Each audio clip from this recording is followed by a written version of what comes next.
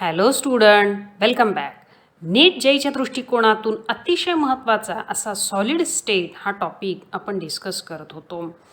या टॉपिकमधला सगळ्यात किचकट भाग म्हणजे 7 क्रिस्टल स्ट्रक्चर कोणकोणती आहेत, ती कशा पद्धतीनं लक्षात ठेवायची आणि 14 ब्रॅव्हिस लॅटिस कोणकोणत्या आहेत, ते कशा पद्धतीनं लक्षात ठेवायचे आहेत, याच्याबद्दलचे ट्रिक्स आज आपण या व्हिडिओमध्ये बघणार आहोत. त्याचबरोबर लॅटिस म्हणजे काय, लॅटिस पॉईंट म्हणजे काय, युनिट सेल म्हणजे काय, याच्या डेफिनेशन्स आपण आज माहिती करून घेणार आहोत. बोर्ड दृष्टिकोनातून पाहिलं तर आपल्याला या डेफिनेशन्स आहेत खूप महत्त्वाचे आहेत. तर नीट जेईच्या दृष्टिकोनातून जर आपण बघितलं तर 7 जे युनिट सेल आहे, जे क्रिस्टल स्ट्रक्चर्स आहेत, त्यांचे पॅरामीटर्स काय आहेत ह्या बघणं खूप महत्त्वाचं आहे. ते आपल्याला लक्षातच ठेवावे लागतात. सुरू करूयात. NaClचं हे एक अंडर मायक्रोस्कोप क्रिस्टल स्ट्रक्चर आहे. ते कशा पद्धतीनं दिसतंय बघा, तर क्युबिकमध्ये दिसतंय. तर इथं आपल्याला केमिस्ट्रीच्या दृष्टिकोनातून हे जे NaClचं क्रिस्टल स्ट्रक्चर आहे त्याची माहिती घ्यायची. NaClमध्ये Na+ आणि Cl- आयन हे 2 आयन असतात आणि त्यांची खरी अरेंजमेंट कशी आहे हे 3 डायमेन्शनमध्ये आपल्याला पाहायचं झालं तर आपल्याला त्याचं बघावं लागेल क्रिस्टल लॅटिस. चला तर बघूया. जे स्पेसमध्ये 3 डायमेन्शन स्ट्रक्चर असतं कोणत्याही क्रिस्टलाइन सॉलिडचं, तर त्याला आपण लॅटिस किंवा क्रिस्टल लॅटिस किंवा स्पेस लॅटिस अशा पद्धतीनं म्हणू शकतो. नेमकी डेफिनेशन काय आहे? A geometrical arrangement of point in 3 dimension periodic arrangement is called crystal lattice or space lattice. तर ज्योमेट्रिकल जी काही 3 डायमेन्शनल अरेंजमेंट आहे याला आपण स्पेस लॅटिस असं म्हणतो. आता पॉईंट म्हणजे काय, या डेफिनेशनमध्ये पॉईंट हा शब्द आलेला आहे. पॉईंट म्हणजे काय, तर पार्टिकल्स. ठीक आहे. आता NaClमध्ये पार्टिकल कुठले होते, तर Na+ आयन आणि Cl- आयन हे पार्टिकल्स आहेत. तर त्याला आपण पॉईंट असं म्हटलेलं आहे. आणि पिरियॉडिक अरेंजमेंट म्हणजे काय, वेल डेफिनेट ऑर्डरमध्ये जी काय अरेंजमेंट आहे त्याला पिरियॉडिक अरे असं म्हटलं जातं. आता आपण हे जे अरेंजमेंट आहे लॅटिसची, त्याच्यावरती जे कन्स्टिट्युएंट पार्टिकल्स आहेत त्यांना आपण पॉईंट असं म्हणतो किंवा मोर प्रिसाइजली आपण त्याला लॅटिस पॉईंट असं म्हणतो. The point in unit cell occupied by constituent particle is called lattice point. मग ते पॉईंट ॲटम असू शकतात, आयन असू शकतात किंवा मॉलिक्यूल असू शकतात. आता इथं आपल्याला एक डायग्रॅम दिसत आहे ज्याच्यामध्ये एक शेडेड डायग्रॅम दिसते, ती युनिट सेल आहे. जे रिपीटेडली जेव्हा आपण smallest repeating structural unit of crystalline solid बघतो तर त्याला युनिट सेल असं म्हणतात. जसं की बघा, आपली जी बॉडी आहे ही ऑर्गनपासनं बनलेली आहे, ऑर्गन टिश्यूपासनं बनलेलं आहे आणि टिश्यू सेलपासनं बनलेलं आहे. सेल ही जी काय आहे ही आपल्या बॉडीचं स्मॉलेस्ट रिपीटिंग स्ट्रक्चरल युनिट आहे. लक्षात घ्या, जे सेलचं मिळून टिश्यू बनतो, टिश्यूचं बनून टिश्यू सगळे मिळून ऑर्गन बनतात आणि ऑर्गनचे सगळे अरेंजमेंट बघितली तर त्याचं मिळून आपल्याला फुल बॉडी जी आहे ही आपण इमॅजिन करू शकतो. तसंच एखादी आपण क्रिस्टल स्ट्रक्चर इमॅजिन करतो त्यावेळेला त्याचं जे स्मॉलेस्ट रिपीटिंग स्ट्रक्चर आहे त्याला आपण काय म्हणतो, युनिट सेल असं म्हणतो. इथं शेडेड जे पोर्शन आहे ते युनिट सेल आहे. तर उजव्या बाजूला, डाव्या बाजूला, पुढं, पाठीमागं, वर, खाली अशा असंख्य युनिट सेलचं मिळून तो जो काय आहे तो क्रिस्टल लॅटिस जो आहे हा बनत असतो. हा बनत असताना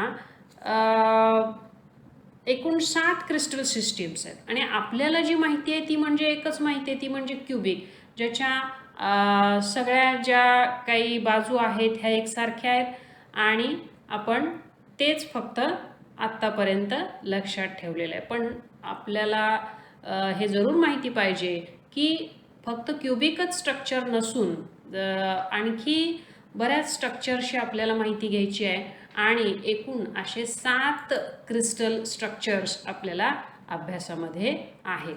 पहिलं क्युबिक लॅटिस, जे की एक सिमेट्रिक अरेंजमेंटच्या दृष्टिकोनातून बनलेली असते.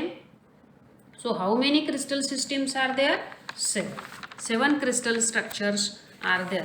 आता यांची नावं कशी लक्षात ठेवायची? पहिल्यांदा तर ह्यांची नावं आपण बघूयात काय काय आहेत आणि मग लक्षात कशी ठेवायची याच्याविषयी आपण चर्चा करूया.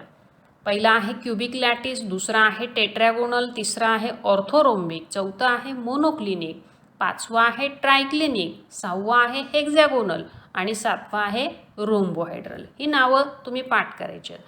कशी पाठ करायची आहेत तर आपण एक ट्रिक याच्यामध्ये बघूया. तुम्ही लिहा कॅपिटल लेटरमध्ये क्यूट, CUTE क्यूट, स्पेस द्या, OUR आवर आणि त्याच्यानंतर लिहा मदर, MOTHER. तर आता हे लिहिल्यानंतर क्यूट अवर मदर, ठीक आहे, CU cubic, TE tetragonal, OUR साठी ऑर्थोरोम्बिक, मदरमधला MO साठी मोनोक्लिनिक, T साठी ट्रायक्लिनिक, HE साठी हेक्झॅगोनल आणि R साठी रोम्बोहायड्रल लॅटिस. अशा पद्धतीनं क्यूट अवर मदर असं जर आपण लक्षात ठेवलं तर आपल्याला 2 क्षणामध्ये ह्या सगळ्या क्रिस्टल स्ट्रक्चरची नावं जी आहेत ही लक्षात ठेवता येतील. आता हे जे 7 क्रिस्टल स्ट्रक्चर्स आहेत हे कशा पद्धतीनं म्हणजे काय बेसिक आपण त्याच्यामध्ये वापरलं की हे वेगवेगळे 7 क्रिस्टल स्ट्रक्चर्स डेव्हलप झालेले आहेत, म्हणजे त्याचे काय स्टँडर्ड्स आहेत. तर त्याच्यासाठी आपल्याला 2 स्टँडर्ड आपण अज्यूम केलेले आहेत. तर ते काय आहेत बघूया. 14 जे ब्राव्हिस लॅटिस आहेत, म्हणजे लॅटिस पॉईंटचे अरेंजमेंट मॅक्झिमम 14 पद्धतीनं होऊ शकते. Lattice point can be arrange in maximum of 14 types. Shape of any crystal lattice depend upon shape of unit cell, which in turn depend upon the 2 factor. म्हणजे unit सेलवरती crystal लॅटिसचं structure अवलंबून असतं, पण unit sale जी आहे ती 2 फॅक्टरवरती अवलंबून असते. एक म्हणजे लेंथ, ज्याला आपण एजेस असं म्हणतो, ABC हे 3 एजेस असतात, आणि अँगल अल्फा बीटा गॅमा. ह्या 3 अँगलचं कशा पद्धतीनं अँगल आहेत, सेम आहेत की डिफरंट आहेत, 90 डिग्री आहेत की 6 डिग्री आहेत किंवा 20 डिग्री आहेत, याच्यावरून ती युनिट सेल ठरते. युनिट सेलवरून आपल्याला क्रिस्टल लॅटिस कशा पद्धतीनं आहे हे सांगता येऊ शकतं. तर मघाशीच आपण म्हटलं की क्युबिक सिस्टीम जे आहे याच्यामध्ये 3 जे एजेस आहेत, A=B=C असतं, म्हणजे तिन्ही एजेस जे आहेत ते समान असतात आणि अँगलसुद्धा समान असतात. म्हणजे अल्फा बीटा गॅमा अँगल जे आहेत हे तिन्ही मोजले तर ते 90 डिग्री असतात. म्हणजे हे अगदी मोस्ट सिस्टमिक असं मोस्ट सिमेट्रिक असं क्रिस्टल स्ट्रक्चर मानलं जातं, ज्याच्यामध्ये सगळंच जे आहे हे सिमेट्रिक आहे, म्हणजे इक्वल आहे. ठीक आहे. त्याच्यानंतर जो भाग आपल्याला इथं अभ्यासायचा आहे तो म्हणजे बाकीचे जे काही क्रिस्टल स्ट्रक्चर्स आहेत त्यांच्या एजेस कशा लक्षात ठेवायच्या, कारण हा खूप महत्त्वाचा मुद्दा आहे आणि आपल्याला नीट जायच्या दृष्टिकोनातून याच्यावरती बऱ्याच वेळेला प्रश्न हे विचारले जातात. तर क्युबिक लॅटिसचे एजेस आपल्याला मगाशीच माहिती झालं आहे की A=B=C. त्याच्यानंतर टेट्रॅगोनल जे आहे हे स्ट्रक्चर, आता इथं सगळे स्ट्रक्चर काढत बसणं आपल्याला अपेक्षित नाही आहे. आपण काही ट्रिक वापरून सुद्धा हे एजेस जे आहेत हे लक्षात ठेवू शकतो. काय ट्रिक आहे पहा. टेट्रॅगोनल म्हणजे काय तर क्युबॉइड हे रेक्टँगलचं 3 डायमेन्शनल अरेंजमेंट आहे आणि क्युबिक जे आहे हे स्क्वेअरचं 3 डायमेन्शनल अरेंजमेंट आहे. तर टेट्रॅगोनल म्हणजे किंवा क्युबॉइड जे आहे त्याच्यामध्ये A=B असतं बट A=C असतं. सो AB सेम आहे आणि C मात्र वेगळं असतं. CH जी आहे ती वेगळी असते. त्यानंतर पुढचं बघा, CUTE झालं आपलं ऑर्थोरोम्बिकचं. A is not equal to B is not equal to C. Monoclinic, same. A is not equal to B, not equal to C. Triclinic, A is not equal to B, not equal to C. म्हणजे orthorhombic, monoclinic आणि triclinic यांच्यासाठी age length कुठलीही एकसारखी नाही, त्या वेगवेगळ्या आहेत length. ठीक आहे. त्याच्यानंतर हेक्झॅगोनल लॅटिस जे आहे याचं टेट्रागोनल सारखंच आहे. A is equal to b, not equal to c. आणि रोम्बोहायड्रलची जी एजेस आहेत ह्या क्युबिक लॅटिसचे रिलेट आहेत. A is equal to b is equal to c. म्हणजे पहा, क्युबिक लॅटिसचे एजेस आणि रोम्बोहायड्रल लॅटिस लास्ट वन जे आपण बघितलं की एकसारखे आहेत. A is equal to b is equal to c. Tetragonal lattice आणि हेक्झॅगोनल लॅटिस यांच्या एजेस एकसारख्या आहेत. A is equal to b, not equal to c. म्हणजे लास्टवाली सी जी एज आहे ही दोघांचीही ए बीशी रिलेट नाही आहे किंवा एकसारखी नाही आहे. त्यानंतर ऑर्थोरोम्बिक, मोनोक्लिनिक आणि ट्रायक्लिनिक या तिघांच्या ज्या एजेस आहेत ह्या तिन्ही एकसारख्या नाही आहेत. A is not equal to b, not equal to C.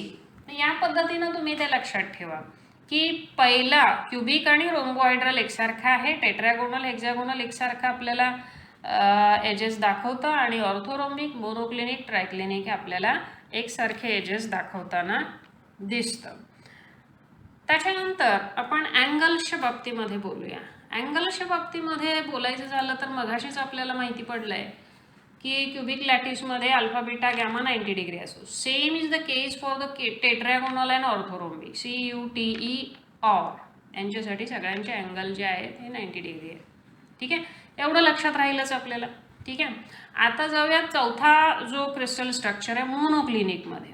Age तर आपल्याला लक्षात राहिलेलीच आहे, पण आता मग अँगल कशा लक्षात ठेवायचे. याच्यामध्ये मोनो मीन्स सिंगल. ओके, एक जी बाजू आहे, एकच जी गोष्ट आहे ही याच्यामध्ये इक्वल आहे, ती म्हणजे alpha is equal to beta is equal to 90 degree. याच्यामध्ये गॅमा 90 डिग्री नाही, ABC इक्वल नाही. म्हणजे मोनोक्लिनिकमध्ये अल्फा बीटाच फक्त 90 डिग्री हा आहे हे लक्षात ठेवायचं आहे. आणि त्यानंतरची दुसरी जी क्रिस्टल स्ट्रक्चर आहे ती आहे ट्रायक्लिनिक. ट्रायक्लिनिकमध्ये एजेस तर एकसारख्या नाही आहेत, मगाशी आपण लक्षात ठेवलेलं आहे, पण अँगलसुद्धा एकसारखे नाही आहेत. Alpha is not equal to beta, not equal to gamma, not equal to 90 degree. म्हणजे ट्रायक्लिनिकमध्ये सगळेच अनइक्वल पॅरामीटर्स आहेत. ठीक आहे. So this is the most unsymmetric system. बऱ्याच वेळेला याच्यावरती क्वेश्चन हा येऊ शकतो, तर तुम्ही त्याच्यामध्ये आपण लक्षात कसं ठेवायचं हे सांगितलेलं आहे.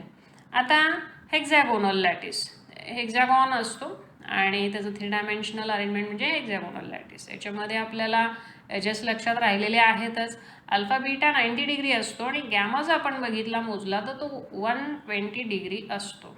एकमेव हेक्झॅगोनलमध्येच आपल्याला गॅमा जो आहे हा वेगळा आहे, म्हणजे 120 डिग्री आढळून आलेला आहे. आता राहिला रोम्बोहायड्रल. याच्यामध्ये अल्फा बीटा गॅमा एकसारखे आहेत, पण ते 90 डिग्री नाही आहेत. ठीक आहे ना.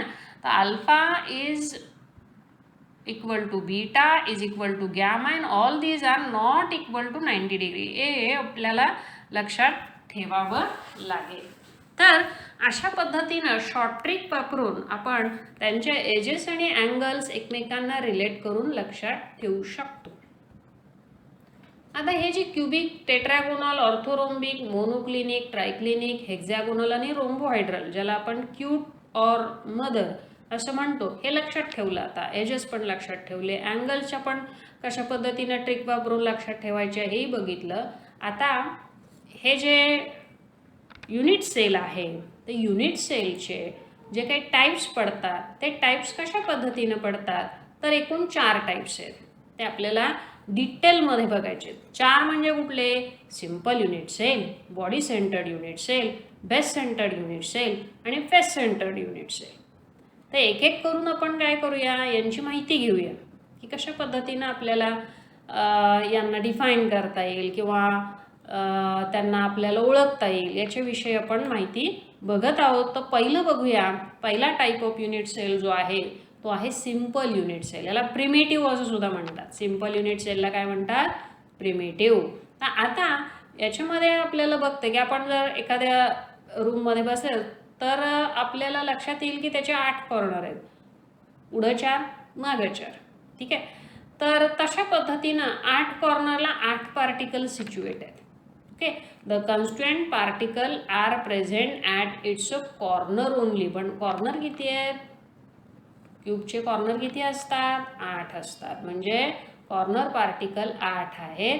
सिंपल युनिट सेल ही या पद्धतीने दाखवली जाते. म्हणजे कुठलीही युनिट सेल काढायची आणि त्याच्या 8 कॉर्नरला 8 पार्टिकल तुम्ही सिच्युएट करायचे. झाली simple unit sale. Okay.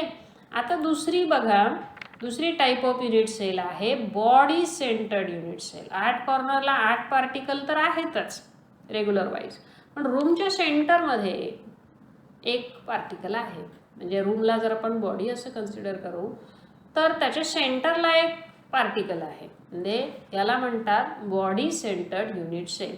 The constituent particle is present at the centre of its body in addition to corner particle. म्हणजे कॉर्नर पार्टिकल व्यतिरिक्त आणखी एक बरोबर मधोमध असा एक सेंटरला, बॉडीच्या सेंटरला एक पार्टिकल आहे. म्हणजे एकूण कॉर्नरचे 8 पार्टिकल आणि बॉडी सेंटरचा एक पार्टिकल, असे 9 पार्टिकल आपल्याला याच्यामध्ये पाहायला मिळतात. आणखी तिसरा जर आपण युनिट सेल बघायचा ठरवला तर तो आहे फेस सेंटर्ड युनिट सेल. आता पुन्हा एकदा इमॅजिन करा की तुम्ही एखाद्या रूममध्ये बसलेला आहात, तर त्याचे जे काही फेसेस आहेत ते किती आहेत? तर तुम्ही म्हणाल 4च भिंती आहेत ना, समोर एक, मागे एक, लेफ्टला एक, राईटला एक. नाही, 6 आहेत. 4 नाही आहेत तर 6 आहेत, वर आणि खाली. सो राईट, लेफ्ट, पुढं, मागं, रूफ आणि फ्लोअर अशा एकूण 6 फेसेस आहेत. इमॅजिन करा. आणि आता कॉर्नर सोडून, कॉर्नर तर 8 पार्टिकल आहेतच, पण इच फेसला जर आपण एक एक एक एक असा कॉन्स्टिट्युएंट पार्टिकल अरेंज केला तर एकूण कॉर्नर पार्टिकलचे 8 आणि फेस सेंटरचे 6 असे एकूण 14 त्याच्यामध्ये आपल्याला पार्टिकल दिसून येतात. The constituent particle are present at each of the face in addition to corner particle. म्हणून याला फेस सेंटर्ड. म्हणजे पहा की आपल्याला फेस सेंटरसाठी FCC हे शॉर्ट फॉर्म वापरता येतो. बॉडी सेंटरसाठी वापरता येतो BCC आणि सिंपलसाठी आपण SCC असं म्हणू शकतो किंवा प्रिमिटिव्ह सेल असं सुद्धा काही ठिकाणी आपण तिथं पुस्तकामध्ये बघितलेलं आहे. आणि आता शेवटचा म्हणजे एंड सेंटर्ड युनिट सेल, याला बेस सेंटर्ड युनिट सेल असं सुद्धा म्हणतात. याच्यामध्ये 8 कॉर्नरला आता 8 पार्टिकल आहेतच ॲज युजल, जे आपण प्रिमिटिव्ह युनिट सेलमध्ये बघतो त्या पद्धतीनं. पण जे 6 फेसेस आहेत ना, त्यापैकी 2 अपोजिट फेसेसवरती आपल्याला इन ॲडिशन 2 पार्टिकल सिच्युएट करायचे, वर खाली किंवा लेफ्ट राईट किंवा पुढं मागं. यापैकी ऑर हा ऑप्शन आहे तिथं. तर आता आपण इथं फिगरमध्ये पाहतोय की वर आणि खाली हा ऑप्शन इथं आपण निवडलेला आहे, जसं बुकमध्ये आहे त्या पद्धतीनं. So constituent particle is present at the centre of any 2 of its opposite faces in addition to corner particle. तर कॉर्नर पार्टिकल 8 आहेतच, त्याच्याबरोबरच सेंटर ऑफ अपोजिट साईडचे जे फेसेस आहेत त्याच्यावरती 2 पार्टिकल सिच्युएट, असे एकूण 10 पार्टिकल तिथं आपल्याला सिच्युएट झालेले दिसतात. मग आता ब्रॅव्हिस लॅटिस जे आहेत ते काढण्यापूर्वी, ते काउंट करण्यापूर्वी क्रिस्टल सिस्टीम जे आहेत, 7 क्रिस्टल स्ट्रक्चर्स जे आहेत ते आपण मागाशी पाठ केले आहे. Cubic, tetragonal, orthorhombic, monoclinic, triclinic, hexagonal आणि रोम्बोहायड्रल. याचे एजेस आपले पाठ झालेले आहेत, अँगल्स आपले पाठ झालेले आहेत. तरी पण मी इथं नवीन जे चार्ट तयार केलेला आहे त्याच्यामध्ये तुम्हाला ते सगळे परत एकदा दिलेले आहेत पॅरामीटर्स. आणखी नवीन काय इन्क्लूड केलं आहे त्याच्यामध्ये, टाईप ऑफ युनिट सेल. हे क्युबिक लॅटिसमध्ये वरचे जे आपण 4 जे वेगवेगळे टाईप ऑफ युनिट सेल बघितलेले आहेत त्यापैकी क्युबिक लॅटिसमध्ये 3 टाईप ऑफ क्युबिक लॅटिस दिसतात. एक simple cubic crystal, base centred cubic आणि फेस सेंटर्ड क्युबिक दिसतं. तर इथं आपल्याला 3 type of unit cell cubic लॅटिसमध्ये दिसतात. टेट्रॅगोनलमध्येच तशा पद्धतीनं 2 दिसतात, एक SCC आणि दुसरा BCC. ऑर्थोरोम्बिकमध्ये 4 पद्धतीचे टाईप ऑफ युनिट सेल आपल्याला आढळून येतात, SCC, BCC, FCC आणि ECC. त्याला आपण बेस सेंटर सुद्धा म्हणतो. मोनोक्लिनिकमध्ये 2 आहेत, SCC आणि ECC. ट्रायक्लिनिक, हेक्झॅगोनल आणि रोम्बोहायड्रलमध्ये प्रत्येकी एकच आहे, प्रिमिटिव्ह सेल म्हणतात किंवा त्याला आपण SCC म्हणतो, असे एकच आहेत. म्हणजे क्युबिकमधले 3, टेट्रॅगोनलमधले 2, 5 झाले मिळून. आता ऑर्थोरोम्बिकमधले 4, 5 आणि 4 झाले 9, मोनोक्लिनिकमध्ये 2, 10, 11 आणि हे 3, 12, 13, 14. हे 14 पद्धतीचे ब्रॅव्हिस लॅटिस, 7 क्रिस्टल स्ट्रक्चरचे मिळून 14 ब्रॅव्हिस लॅटिस म्हणजे 14 पद्धतीची लॅटिस पॉईंट अरेंजमेंट आपण आता बघितलेली आहे. याच्याच इथं डायग्रामॅटिक रिप्रेझेंटेशन मी इथं तुम्हाला दाखवले.